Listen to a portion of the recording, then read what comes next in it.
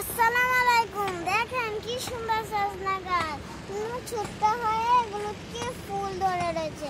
আমার তো দেখে মন চাচ্ছে কি সুন্দর।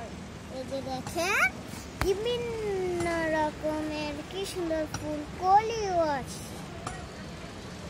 এই যে দেখেন, এই যে কি সুন্দর।